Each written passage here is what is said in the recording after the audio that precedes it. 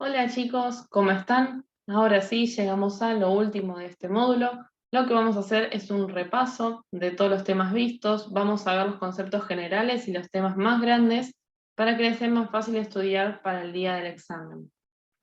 Esta vez, a diferencia de las otras clases, no vamos a ver un índice ni objetivos, sino que vamos a empezar directamente desde la primera hacia la última clase a ver cada uno de los temas. Allá, cuando empezó el módulo, lo que empezamos a ver, el primer tema fue parasitología, ¿sí? Recuerden que la parasitología es una ciencia que va a estudiar a los parásitos, y los parásitos son organismos que se van a alimentar tanto de tejidos internos como externos de otros animales e incluso seres humanos, causándole daños. Recuerden que el animal parasitado va a ser el hospedador, ya que va a ser el que hospeda al parásito, y va a poder desarrollar una enfermedad parasitaria, ¿sí? Entonces es el hospedador o el huésped. Recuerden que los ciclos biológicos de los parásitos van a ser directos o indirectos, van a ser según el tipo de ciclo que realice. Si el ciclo es directo, quiere decir que el parásito solo necesita de una especie o de un hospedador para poder evolucionar. Si el ciclo es indirecto, quiere decir que el parásito necesita más de una especie para poder evolucionar. Y también los parásitos se los puede clasificar según su ubicación en el organismo. Los endoparásitos son aquellos parásitos que se localizan de manera interna y los ectoparásitos de manera externa, ¿sí? Con interno nos referimos a que está dentro del organismo, ¿sí? En el intestino, en pulmones, y con ectoparásitos nos referimos que al estar afuera se encuentran en lo que es la piel o el pelaje. Dentro de los endoparásitos, recuerden que tenemos a los nematodes, que son gusanos redondos, a los estodes, que son gusanos chatos y alargados, y los protozoos, que son organismos microscópicos. Dentro de los nematodes, recuerden que vimos a Toxocara canis y Ancylostoma caninum, son nematodes de ciclo directo que afectan al perro. El cachorro se puede contagiar por vía oral, placenta o leche, y se van a caracterizar por parasitar el intestino, generando un abdomen tipo abalonado. El signo característico es el malestar y la diarrea, que puede llegar a ser sanguinolenta, especialmente con ancilostoma, y toxocara puede producir, además de diarrea, obstrucción y perforación del intestino. La diferencia entre ambos era que ancilostoma es hematófago, ¿sí? Es decir, que puede ingerir la sangre del hospedador a través del intestino. Y otra diferencia es que también se puede transmitir a través de la piel, ¿sí? En este caso, el gato puede ser parasitado por Toxocara cati con las mismas características que las que estamos viendo de Toxocara canis, que afecta al perro. Recuerden que los parásitos nematodes pueden generar una zoonosis, ya que pueden transmitirse al ser humano, aunque en ellos no va a producir una enfermedad gastrointestinal. ¿Sí? Esto es lo más importante del tema. También tenemos al Dioctima renale, que es un parásito que va a estar presente en las zonas de ríos y cumple con un ciclo indirecto, necesitando solamente la presencia de un animal de río que va a ingerirlo, y luego el canino o el felino va a ingerir a este animal de río, que ya está parasitado. De esta manera, el adulto se va a instalar en el riñón del hospedador final, generando que los huevos se eliminen por orina y se vuelva a generar la contaminación, y así reinicia el ciclo. Con respecto a los céstodes, teníamos el Dipilidum caninum, que es un céstode muy común que va a parasitar al perro y al gato. También tiene un ciclo indirecto en el cual va a involucrar a la pulga. Y recuerden que la pulga es un vector que puede contaminar a un montón de animales a la vez, ¿sí? Ya el contacto con otro animal, o mala higiene, o poco bañado, o que el dueño no revisa el animal y tenga pulgas, va a hacer que tenga riesgo de contaminación de un montón de enfermedades parasitarias. El perro debe comer una pulga infectada para que se pueda desarrollar la enfermedad en el intestino delgado.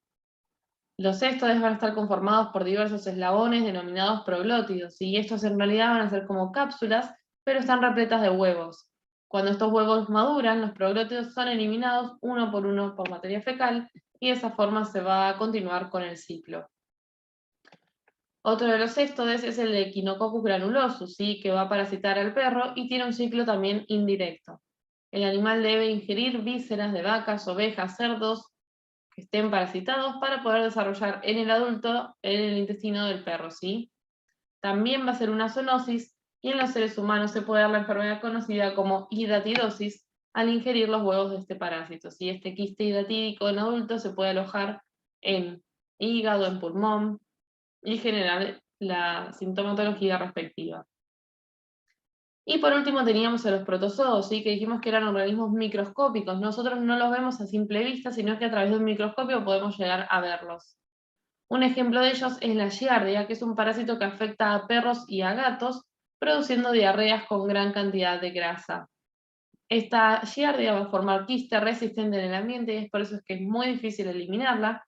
Y también tiene de característico que es una zoonosis, ya que puede afectar a cualquier mamífero, incluyendo al ser humano, ¿sí? Otro de los protozoarios conocidos es Toxoplasma gondii, que va a afectar al gato.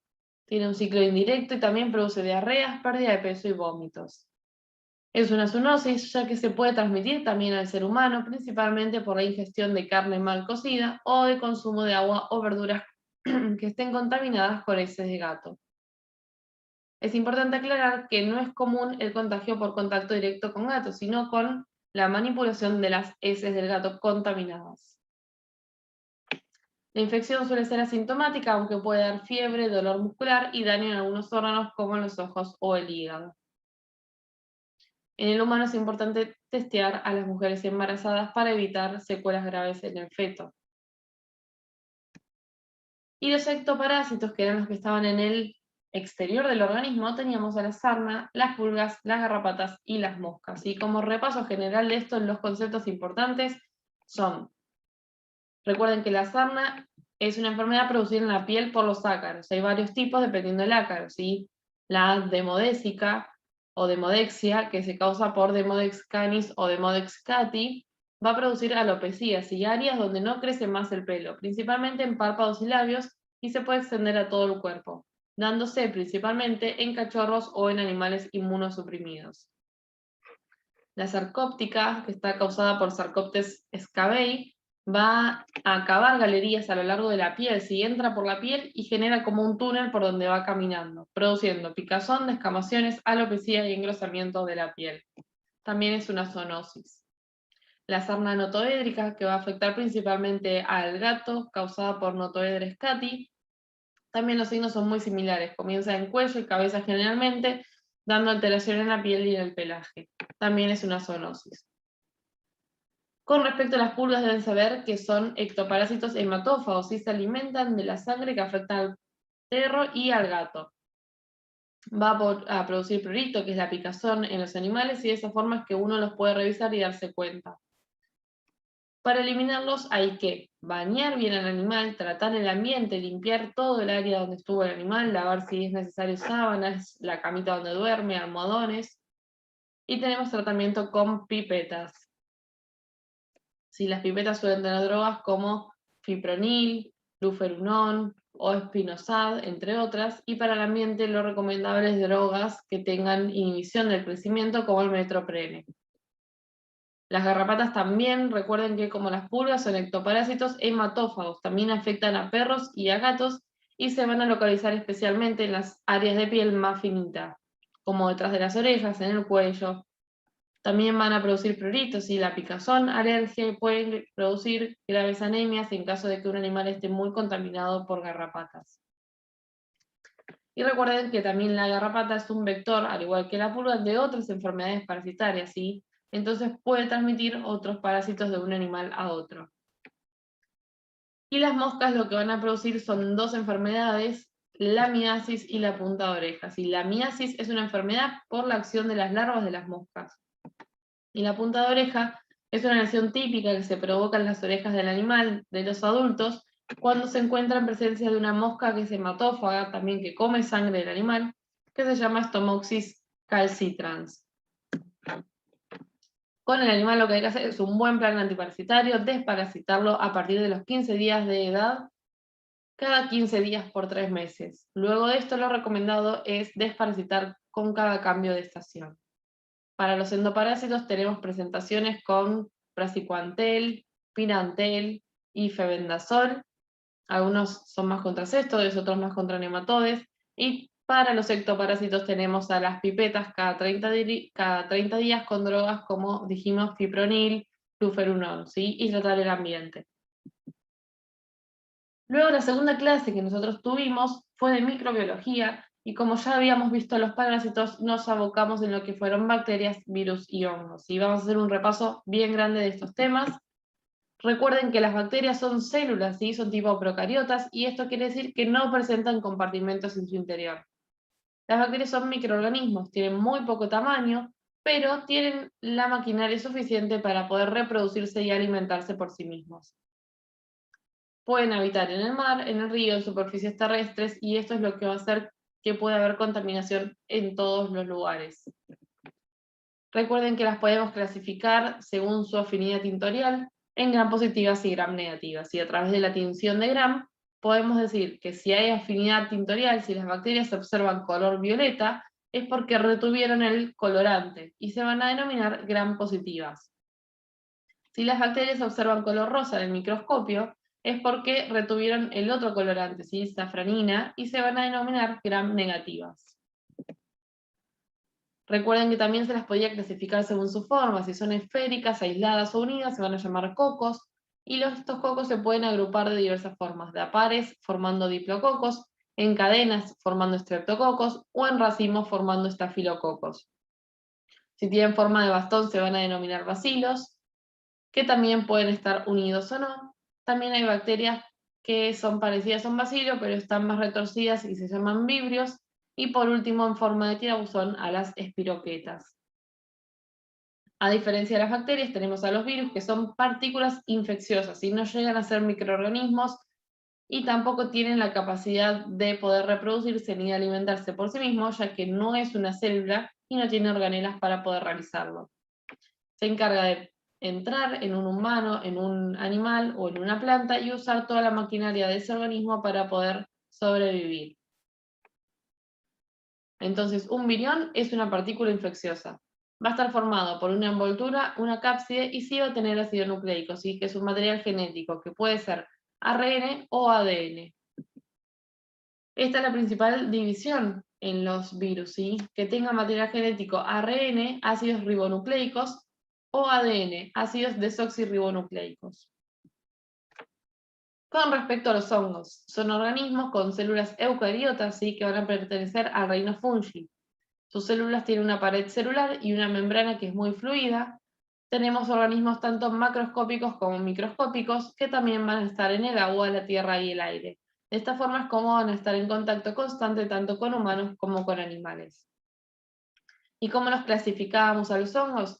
En pluricelulares, aquellos que sean filamentosos, conformados por hifas, que tienen mucha cantidad de células, y pluricelulares. En cambio, los unicelulares son hongos microscópicos que solamente se ven al microscopio, son redonditos, es una sola célula y se llaman levaduras. Los hongos me pueden dar enfermedades que se van a llamar micosis. Estas pueden ser superficiales o profundas. Aquellas superficiales van a ser las que se encuentren por fuera del cuerpo, afectando la piel, los pelos y las uñas del animal. Y aquellas que sean profundas van a afectar a los órganos internos del animal. Como ejemplo de una micosis superficial bastante frecuente tenemos la dermatofitosis o tiña. Es una micosis superficial más común que está causado por hongos dentro del género Microsporum y Trichophytum, que se van a llamar dermatofitos. Van a afectar piel, uñas, pelos, y van a ser favorecidos por la humedad y por defectos de la piel, ¿sí? Como pliegues, pH o enfermedades crónicas sistémicas como el hipotiroidismo. Va a afectar más a los animales jóvenes e inmunosuprimidos, provocando también lesiones alopécicas, donde el animal pierde el pelo o el pelaje en esa área, pero no pican y no afectan el estado general. También es una zoonosis. Otra de las micosis superficiales es la pitiriasis versicolor, ¿sí? Que se produce por Malassezia pachydermatis. Es una levadura que es un habitante normal de la piel, pero en algunos casos de inmunosupresión va a dar enfermedad. Puede afectar a la piel y también puede provocar otitis, ¿sí? Afectando la audición del animal. ¿Cómo se diagnostican estas micosis? El médico veterinario debe tomar una muestra de la lesión más típica.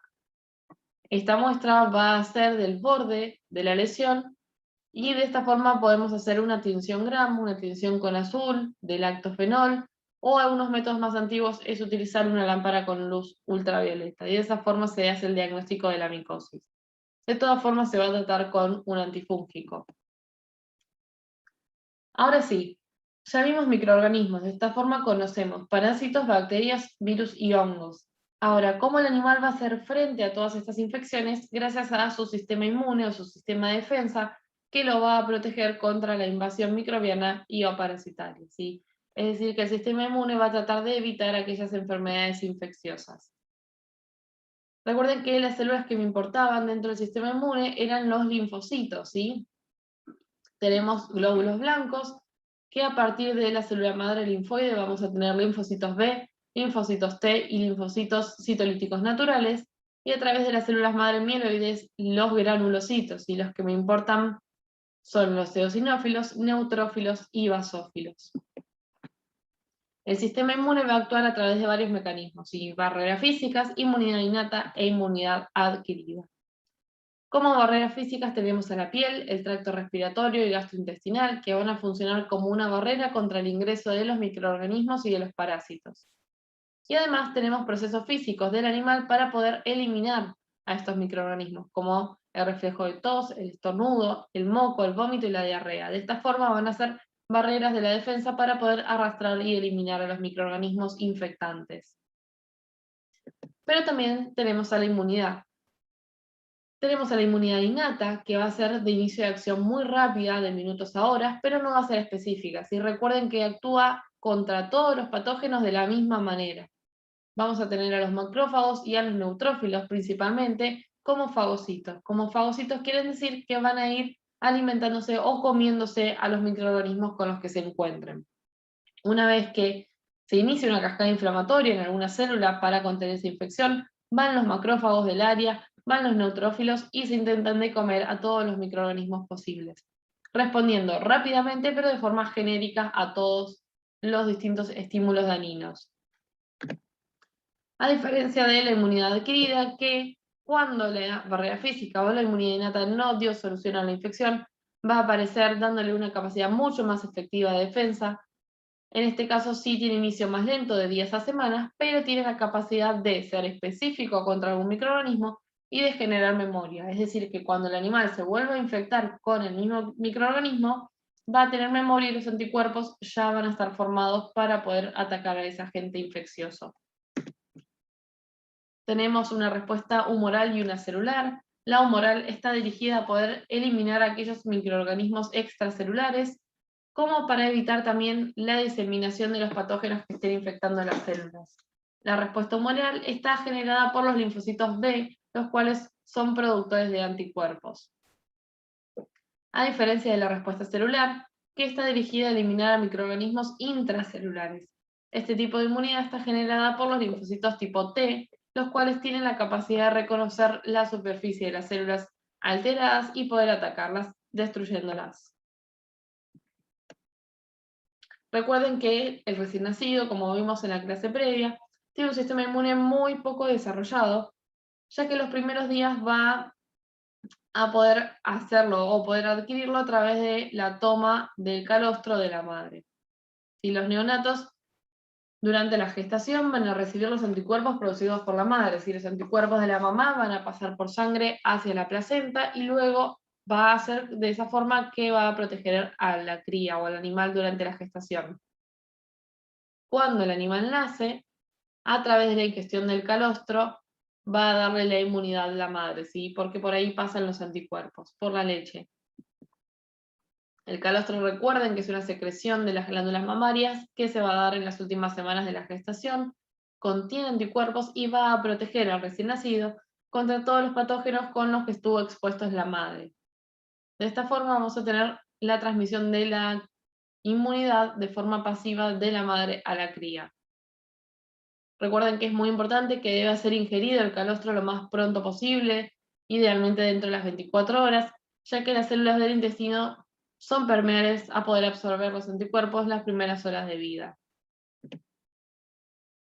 Bien, y así como vimos aquellas enfermedades, o microorganismos que pueden infectar a los animales, y vimos cómo el animal va a poder hacer frente a ello con el sistema inmune, también tenemos una ayuda que va a ser la vacunación.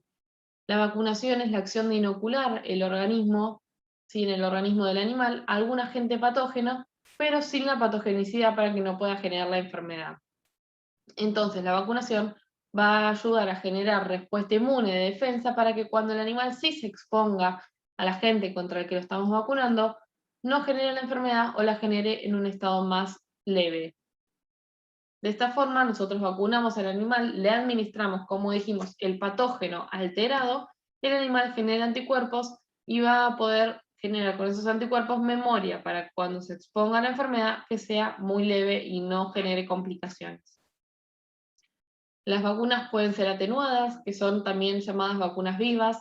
El patógeno está vivo pero atenuado, está alterado para que se pueda replicar o multiplicar, pero no pueda generar la enfermedad. La característica de las vacunas atenuadas es que otorga una protección duradera, ya que estimula las respuestas inmunes tanto adaptativas humorales como celulares, por lo cual no requiere tanta dosis o inmunización. Y por otro lado tenemos las vacunas inactivadas, también llamadas vacunas muertas.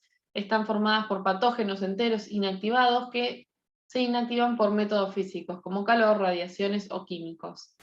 Estas sí requieren de más inmunizaciones o de más dosis, ya que estimulan parcialmente aquellos mecanismos humorales de la inmunidad adquirida.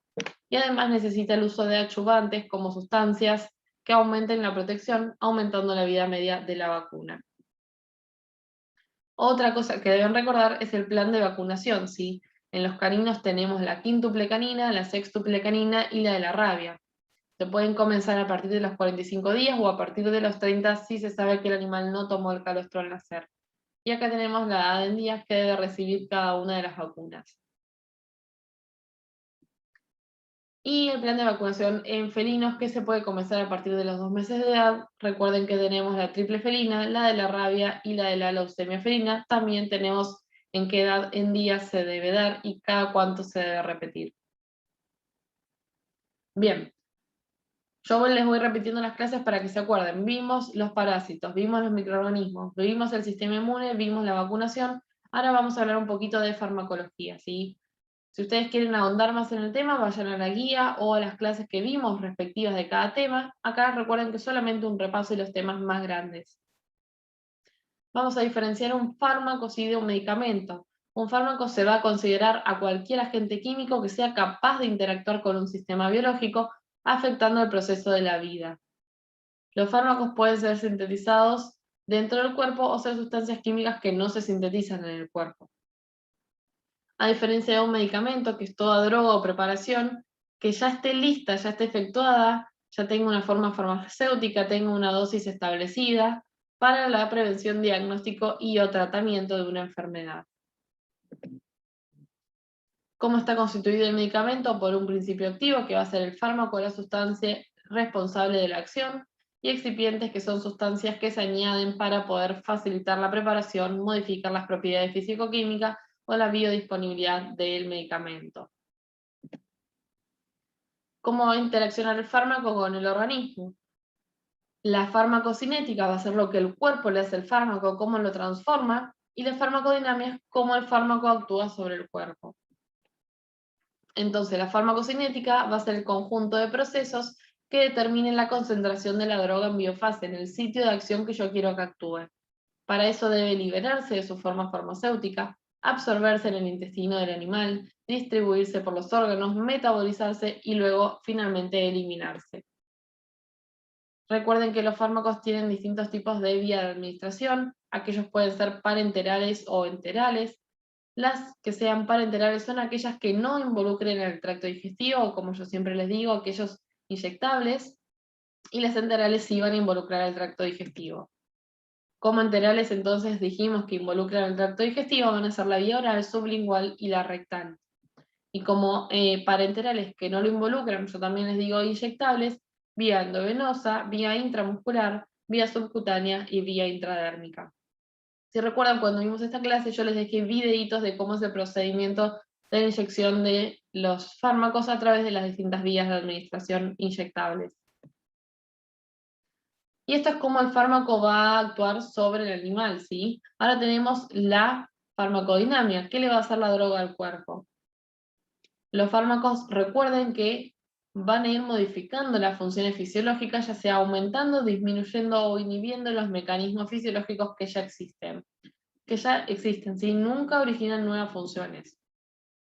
Uno de los conceptos a recordar es la vida media, que va a ser la cantidad de minutos a horas que el fármaco está en el organismo del animal, y esto es importante para saber el intervalo entre cada una de las dosis que debemos administrarle. Otro concepto importante es la biodisponibilidad, que hace referencia al momento en el cual el principio activo de la droga va a estar presente al tejido donde se desea que se tenga efecto. Recuerden, ¿sí? Un fármaco, por ejemplo, que se da vía oral, tiene que liberarse, absorberse, metabolizarse, y luego del 100% del fármaco que dimos, capaz un 80% o un 70% llega a sangre. En cambio, si yo administro un fármaco endovenoso, el 100% de la dosis que estoy administrando llega a sangre, ¿sí? Y otro concepto importante es el efecto, que va a ser todo signo visible en el animal producido por la droga. El efecto puede ser terapéutico, que va a ser el efecto deseado, colateral, si es no deseado, pero se produce a una dosis terapéutica, o tóxico, es un efecto no deseado, pero se va a producir a una dosis mayor que la terapéutica. Los fármacos además tienen distintas formas farmacéuticas para poder ser administradas. Pueden ser sólidas, aquellos comprimidos, cápsulas, polvos, grajeas, supositorios, óvulos. Semisólidas, aquellas pastas, geles, pomadas, ungüentos. Gaseosas, los inhaladores, aerosoles, espumas, nebulizadores. Líquidas, soluciones, gotas, jarabes, suspensiones, elixires. Y los dispositivos transdérmicos de acción local, como films o implantes subtérmicos. Bien, otras definiciones con respecto a las drogas y la dosis va a ser la cantidad de droga que debe administrarse en una sola vez al animal para producir un efecto farmacológico determinado. La dosificación es el intervalo entre las dosis y me va a determinar una frecuencia, cada cuánto, cada 6, cada 4, cada 8, cada 12 horas, ¿sí? Tenemos el principio activo y el excipiente, que ya vimos lo que era, y un margen de seguridad o un índice terapéutico, que va a ser el rango de dosis en el que el fármaco me va a generar el efecto terapéutico deseado. Recuerden que para calcular la dosis de un animal es importante saber el peso, la edad, la condición orgánica preexistente y el sexo. Es fundamental saber el peso y la edad, ¿sí? Para poder hacer el cálculo, porque la mayoría son miligramos, gramos o unidades por kilo de peso. Bien, vimos parásitos, microorganismos, sistema inmune, vimos vacunación, vimos farmacología, y ahora vamos a adentrarnos en algunos fármacos relevantes. Recuerden, los antiinflamatorios son drogas que se administran para poder disminuir la inflamación y por lo tanto disminuir el dolor que genera la inflamación. Teníamos dos grupos, los AINES, antiinflamatorios no esteroideos, y los glucocorticoides o antiinflamatorios esteroideos. Los AINES, recuerden, aquellos que vimos como el ibuprofeno, ketorolac, diclofenac, como grandes importantes de los AINES. Los corticoides se administran como drogas, pero recuerden que son hormonas que también se producen dentro del cuerpo. Tienen una muy buena actividad antiinflamatoria y se va a administrar en algunos casos, por ejemplo, de alergias. Otro grupo importante de fármacos son aquellos involucrados en la anestesiología. Para ello, primero vamos a recordar algunos conceptos. La analgesia es la falta de sensibilidad ante un estímulo doloroso, ¿sí? Es producir falta de dolor. La tranquilización es la depresión del sistema nervioso central. La sedación es un grado mayor de tranquilización en el que el paciente va a estar despierto pero no percibe los estímulos. Con la hipnosis generamos la tendencia al sueño, aunque va a ser fácilmente despertable, y con la narcosis la tendencia al sueño, pero no es fácilmente despertable. Las drogas de la anestesia las podíamos clasificar según la vía de administración, inyectable, inhalatoria, tópica, y según la región del cuerpo, general o local regional. La general va a ser aquella donde se cumplan los 3 puntos, y recuerden que debe haber pérdida de conciencia, relajación muscular y analgesia. Debe estar los músculos relajados, inconsciente y sin dolor. Y aquella local se va a administrar para procedimientos locales donde el paciente está despierto, solamente se pone anestesia local para evitar el dolor. Y otro grupo importante son los antibióticos, y aquellas sustancias químicas que estén tanto producidas por otros microorganismos que se utilizan para generar los fármacos naturales o sintéticos realizados en un laboratorio. Recuerden que tenemos un montón de grupos de antibióticos. Lo importante es que recuerden que los antibióticos va a ser para tratar enfermedades bacterianas o infecciones bacterianas. Los antibióticos además pueden ser bactericidas si matan a las bacterias o bacteriostáticos si inhiben el crecimiento de bacterias, pero no la matan. También dentro del grupo de los antimicrobianos, como dijimos, los antibióticos matan bacterias, tenemos a los antiparasitarios para los parásitos, antifúngicos para los hongos y antivirales para los virus. Avanzamos en otra clase más para ver las enfermedades infecciosas. Solamente vamos a ver algunas que son las más relevantes. Las enfermedades infecciosas van a ser aquellas que sean ocasionadas por agentes como bacterias, virus y hongos. Una bastante relevante es la tuberculosis, ¿sí? Es una enfermedad crónica que va a afectar tanto a animales como al hombre, es una zoonosis por eso mismo, y es generada por Mycobacterium tuberculosis, que es un bacilo gram positivo. El rotavirus está enfermado por un virus canino ARN que va a afectar a los caninos jóvenes hasta 8 semanas de edad, generalmente en la primera semana de vida, provocando gastroenteritis severa. La rinotraqueitis infecciosa felina, que va a estar generada por el herpes virus felino tipo 1, que es un virus ADN, afectando principalmente felinos entre 3 y 11 meses. Afecta el aparato respiratorio anterior, provocando estornudos, secreción nasal y tos. Y también puede afectar el ojo, dando úlceras en el animal.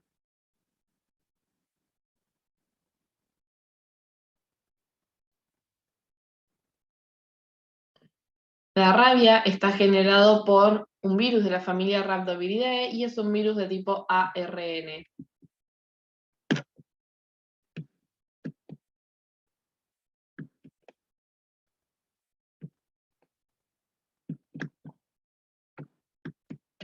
Bien, recuerden que para la rabia lo importante es la prevención, ¿sí? Tenemos las vacunas antirrábicas que se administran una vez por año desde el tercer mes de vida, y además en caso de que alguien haya sido mordido por un canino o felino que se sospecha que tiene rabia, debe denunciarlo y proceder a la vigilancia antirrábica del animal por 10 días. Si en ese tiempo no desarrolla ningún tipo de signos neurológicos, va a ser liberado. En caso de que simplemente sea una mordedura donde no hay sospecha de rabia, debe lavarse bien la herida con agua y con jabón, y de todas maneras se puede concurrir al centro de zoonosis con el animal mordedor. En caso de que este animal sí posea rabia, el animal es sacrificado. Por otro lado tenemos la peritonitis infecciosa felina, ¿sí? Está generado por el coronavirus felino, que es un virus de tipo ARN, va a dar un montón de variedad clínica, entre ellos va a dar aumento de temperatura, signos oculares, ictericia y también signos neurológicos. También es frecuente que se genere líquido abdominal, ¿sí? Con características específicas, que va a ser amarillento viscoso y se coagula en presencia del aire. Otra enfermedad infecciosa frecuente es la parvovirosis canina. Es una enfermedad que se genera también por un virus, el parvovirus. El canino se va a contagiar por la ingestión o por la nariz, generando que el virus infecte células y estén en constante multiplicación, como las células sanguíneas, las intestinales y en los neonatos en las células cardíacas, generando la destrucción de todo este tipo de células. Los cachorros van a tener diarrea hemorrágica y lesiones cardíacas en animales muy jóvenes. Para la prevención tenemos la vacuna, si a partir de los 45 días de edad se van a tener que vacunar y hay varias dosis. El moquillo canino es otra enfermedad infecciosa bastante frecuente, generada por paramoxivirus, que es un virus ARN. Este virus se elimina por saliva, nariz, orina y por placenta, y va a ingresar a través del aparato respiratorio, afectando a los caninos, principalmente entre 2 meses y 1 año y medio. Va a dar aumento de la temperatura con picos febriles, Puede afectar a todos los tejidos generando lesiones de la piel como nódulos y pústulas. Con la parte respiratoria va a dar tos, secreciones y disnea. En la parte digestiva generando diarrea y vómitos. Y en la parte nerviosa con convulsiones y parálisis. Además puede dar hiperkeratosis de las almohadillas plantares y producir problemas dentarios. Puede, luego de la recuperación, quedar con secuelas nerviosas. La leucemia viral felina está generada por el retrovirus. Es una enfermedad que es muy grave porque es inmunosupresora, ¿sí? Le disminuye todas las defensas al gato. Se va a transmitir por la madre a través de la placenta o del canal del parto durante el parto, también por acicalación y lactación. Va a ingresar por la nariz o boca, afectando todo el sistema inmune, generando que este animal sea más propenso a recibir cualquier tipo de infección y no tener la capacidad de poder hacerle frente ni de poder defenderse, ya que su sistema inmune está afectado. Hay una vacuna, pero de todas maneras esta enfermedad es muy grave y se puede adquirir de todas maneras. Y la anemia infecciosa felina, que está generada por una bacteria, el Mycoplasma haemophilus, que también se llama hemobartonellosis felina, va a colonizar a los glóbulos rojos, que va a hacer que se afecten los mismos, dando una anemia en el gato. ¿Qué más les? Hay muchos parásitos, recuerden de esto, que pueden actuar como vectores y transmitir la enfermedad de un gato al otro. Y por último, enfermedades de transmisión alimentaria, que van a ser aquellas que se produzcan por la ingestión de un alimento contaminado que provoca efectos nocivos sobre la salud del consumidor. Vamos a ver los más importantes. La salmonelosis, que estaba generada por una bacteria gram negativa, la salmonella entérica, se encontraba dentro de huevos, carne, pollo, vegetales mal lavados y carnes mal cocidas, dándole principalmente diarrea al animal. ¿Sí? Puede dar también fiebre y en caso de que sea muy grave una septicemia. Esa bacteria va a la sangre y da una infección generalizada. El botulismo se produce por otra bacteria, pero recuerden que no es una enfermedad que se produzca por la bacteria en sí, sino por las toxinas que produce. ¿Sí? La toxina botulínica que produce la bacteria Clostridium botulinum. Es una intoxicación que va a afectar principalmente a los alimentos tipo conservas, caseras, aceites, especias o alimentos en descomposición. Y que me iba a dar una parálisis flácida. El animal se muere porque tiene todos los músculos paralizados, incluyendo los respiratorios. Y otra importante es la triquinosis, en este caso ya no hablamos de bacterias, es un parásito que se llama Trichinella spiralis y va a parasitar a los músculos del cerdo. Los animales implicados que van a ser son aquellos que coman carne de cerdo mal cocido, tanto humanos como animales domésticos. ¿Por qué? Porque este parásito se va a alojar en el músculo del cerdo. Y si alguien, ya sea un animal o un humano, come carne de cerdo que esté contaminada, mal cocida, va a contraer este parásito, que va a dar dolor muscular, fiebre y edema palpebral. Entonces, ¿cuáles son los consejos de prevención para evitar las enfermedades de transmisión alimentaria? Conservar de forma correcta los alimentos, aquellos que sean perecederos en la heladera, lavar bien los vegetales con agua corriente y se puede poner unas gotas de lavandina por litro de agua, cocinar bien la carne a más de 60 grados centígrados, especialmente la picada, higiene de manos antes y después de cocinar y antes y después de comer y antes y después de ir al baño, y evitar la contaminación cruzada entre aquellos alimentos que estén crudos con los cocidos. Bien, chicos, la idea de esto, hay que agregarle la última clase, que es la que vimos antes de esto, pero es que tengan un repaso de conceptos generales, que sepan cuáles son los temas más importantes, que sepan qué definiciones deben conocer, qué diagnósticos, qué tratamientos, para poder hacer un buen examen, más allá de lo que les queda a ustedes como conocimiento de este curso y para su práctica y para sus futuros trabajos en el ámbito. Les deseo el mejor de los éxitos en el examen, estudien, tienen toda una semana más, pueden hacer cualquier consulta que ustedes necesiten, sacarse todas las dudas, aprovechen que es el momento. Muchas gracias por su atención y nos veremos prontamente.